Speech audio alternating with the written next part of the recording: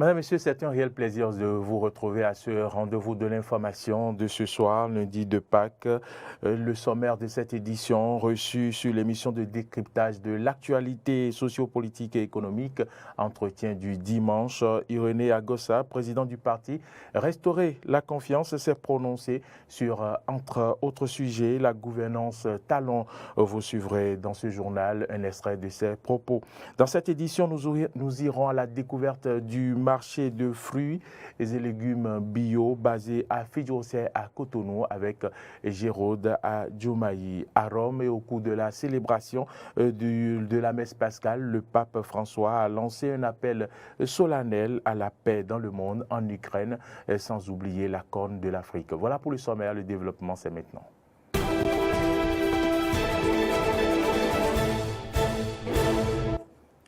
Bienvenue à toutes et à tous et merci de votre fidélité. Je vous l'annonçais en titre, l'émission Entretien du dimanche de décryptage de l'actualité socio-politique et économique a reçu hier Irénée Agossa, président du parti Restaurer la confiance. Il a passé au peigne fin différents sujets dont entre autres la gouvernance du chef de l'État, Patrice Talon. Suivez ici un extrait de ses propos.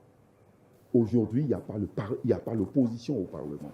Ce n'est pas une question de minorité-majorité. Il s'agit de ceux qui soutiennent l'action du gouvernement et ceux qui ne soutiennent pas. Et la loi existe. Il n'y a pas une loi pour une minorité dans notre pays. Il y a une loi pour l'opposition, le statut de l'opposition. Il n'y a pas le statut de la minorité et le statut de la majorité.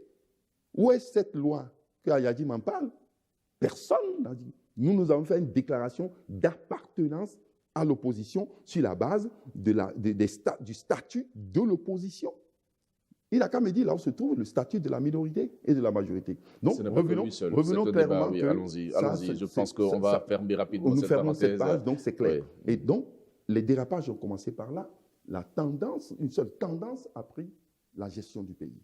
C'est ça le véritable problème qui s'est posé. Les responsabilités sont partagées.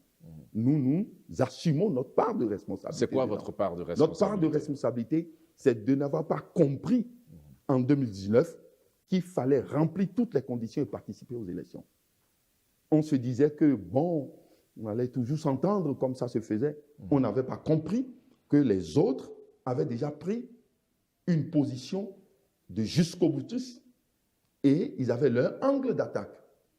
Donc, nous, on s'était dit qu'on peut toujours dialoguer. Or, ce que nous appelons dialogue, eux, ils appelaient ça pagaille.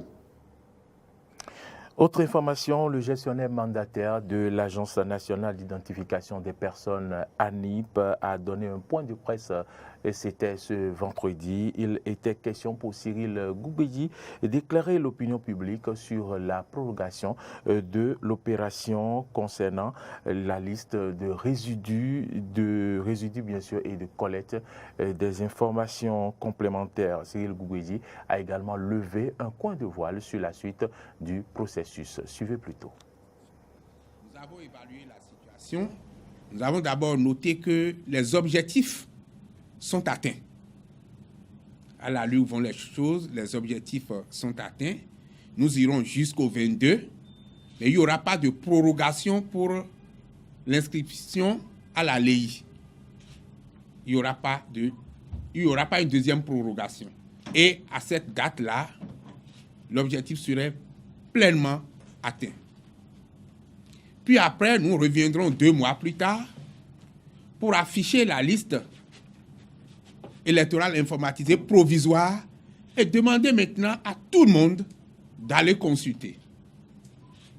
Nous allons mettre également en œuvre une application de consultation de la liste électorale informatisée provisoire pour permettre à nos compatriotes, lorsqu'ils ont un bout de temps, de consulter pour avoir des précisions sur leur poste de vote.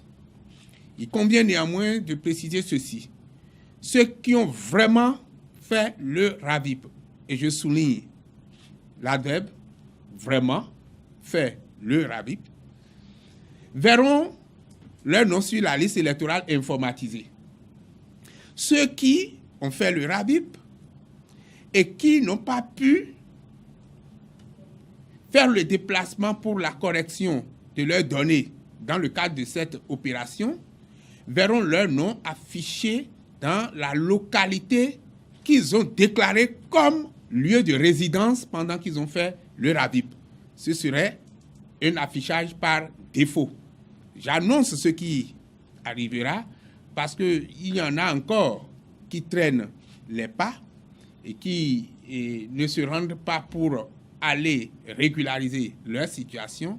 Mais la bonne nouvelle pour les enfants, c'est qu'après le 22, le Bénin a obtenu l'appui de la Banque mondiale et va laisser au niveau des communes un poste d'enrôlement au RAVIP. Donc, les enfants ont de la chance et pourront être pris en compte. Et ça va se faire pendant 2 mois. Pas que pour les enfants. Même d'autres personnes qui sont empêchées pourront sortir pour faire leur RAVIP. Mais l'opération relative à la LEI se poursuit jusqu'au 22 prochain et s'arrêtera au 22 pour cette étape-ci.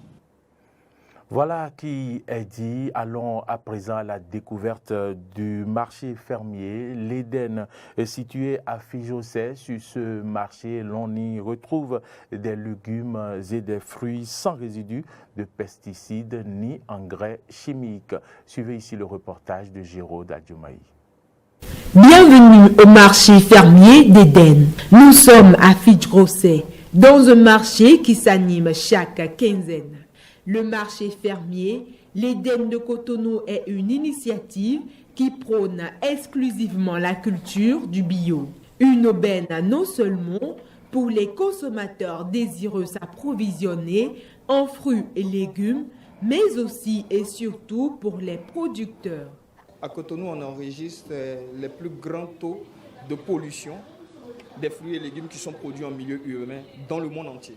Nous avons voulu pratiquer l'agriculture en sens inverse, c'est-à-dire sans utiliser des intrants ni des pesticides et pratiquer l'agriculture dans un milieu sain. Ce marché propose une gamme variée de 49 produits locaux de plusieurs catégories. Pour l'initiateur du projet Marché fermier, l'objectif est de permettre à toutes les parties prenantes de s'en sortir gagnantes. En fait, l'objectif de ce marché, c'est de mettre à disposition des consommateurs dans le grand locaux et dans un premier temps, des fruits et légumes qui sont produits sans résidus de pesticides ni d'engrais chimiques. Ça, c'est l'objectif premier. Et le deuxième objectif, c'est de faire en sorte que l'agriculteur soit connecté directement au consommateur. Ce qui permet justement à l'agriculteur d'être rémunéré équitablement dans la mesure où il n'y a plus d'intermédiaire sur la chaîne de valeur que l'agriculteur peut vendre directement au consommateur. La qualité des produits reste le principal atout. Je fréquente le marché fermier parce que ça fait plusieurs années que j'ai choisi de consommer des produits cultivés dans des conditions que je connais. Mon premier contact avec les promoteurs a été d'aller sur leur site de production et de constater effectivement dans quelles conditions ils produisaient ces fruits et légumes.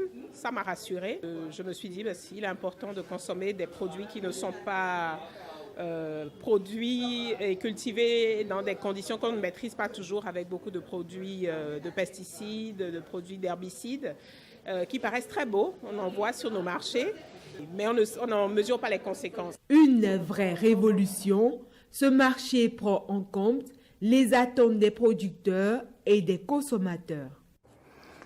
Retour à présent sur la célébration de la fête de Pâques. Les chrétiens des églises évangéliques de l'arrondissement de Golo-Djigbe ne sont pas restés en marge de la dite célébration. Nos équipes ont visité quelques-unes de ces églises. C'est un reportage de Nadia Péagi.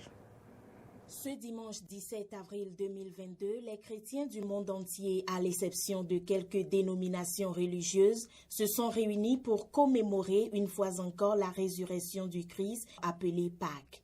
C'est le cas à l'église évangélique Église africaine du réveil de Golo-Gleboji, où l'évangéliste Ahizime Grégoire explique comment une fête d'origine juive est-elle devenue une célébration chrétienne. La Pâques, c'est une institution de Dieu. c'est Dieu qui a institué cette fête-là, qui en fait, c'est un ordre de sacrifice que Dieu a ordonné au peuple d'Israël de le faire en Égypte pour sortir de la souffrance, pour sortir de ce pays, pour que les esprits de destruction ne puissent avoir plus de pouvoir sur eux. Donc ce sacrifice a été fait avec une brebis qui a été immolée, qui a été mangée avant le départ. Et c'était l'image de ce que Jésus est venu faire pour nous. Jésus est la brebis qui a été immolée dans l'Ancien Testament. Jésus est cette brebis-là, et cet agneau-là qui a sacrifié sa vie pour nos péchés. Il a versé son sang pour que nous soyons libérés du péché. Perçu sous un autre angle, certaines dénominations chrétiennes ont une autre compréhension de cette fête. Moi, j'ai un sentiment de joie, puisque Christ est ressuscité d'entre les morts pour me donner la vie. Et si il n'était pas ressuscité, ça veut dire que la mort est pour moi. Et pour le fait que désormais j'ai la vie éternelle, la joie est pour moi. Et je lui rends grâce et gloire à son Saint-Nom. Une célébration qui pour d'autres rappelle le rôle de missionnaire que devrait assumer tout chrétien. La vie du chrétien, après la Pâque, il doit aller évangéliser. Ça, c'est la mission. Parce que tu as été délivré. Toi aussi, il faut sortir pour aller prêcher aux autres pour qu'eux aussi soient délivrés. Connaître la réalité de ce qu'on appelle la Pâque. Rappelons que la Pâque marque la fin du carême chrétien, place maintenant à la marche après le salut. Nous allons maintenant hors du Bénin. En ce dimanche de Pâques au Vatican, le pape a lancé un appel à la paix lors de la traditionnelle bénédiction Urbi et Orbi à la ville de Rome et au monde. Outre l'Ukraine, ce sont aussi les situations qui le préoccupent sur le continent africain que le chef de l'Église catholique a tenu à évoquer dans son message pascal. Face à une foule de 100 000 fidèles massés place Saint-Pierre, le souverain pontife s'est arrêté quelques minutes sur l'Afrique, notamment sur l'Afrique de l'Est et la République démocratique du Congo, où il est d'ailleurs attendu en juillet prochain. Le pape François s'est exprimé en ces mots, je cite, que l'Éthiopie, frappée par une grave crise humanitaire, retrouve la voie du dialogue et de la réconciliation et que cessent les violences en République démocratique du Congo. Fin de citation. Mesdames, Messieurs, c'est ici que se referme ce journal. Merci à toutes et à tous de nous avoir suivis. L'information est en continu sur nos différentes plateformes YouTube, Facebook et Twitter et sur notre site internet www.benin-eden.tv. Bonne suite de nos programmes et bonne semaine à toutes et à tous.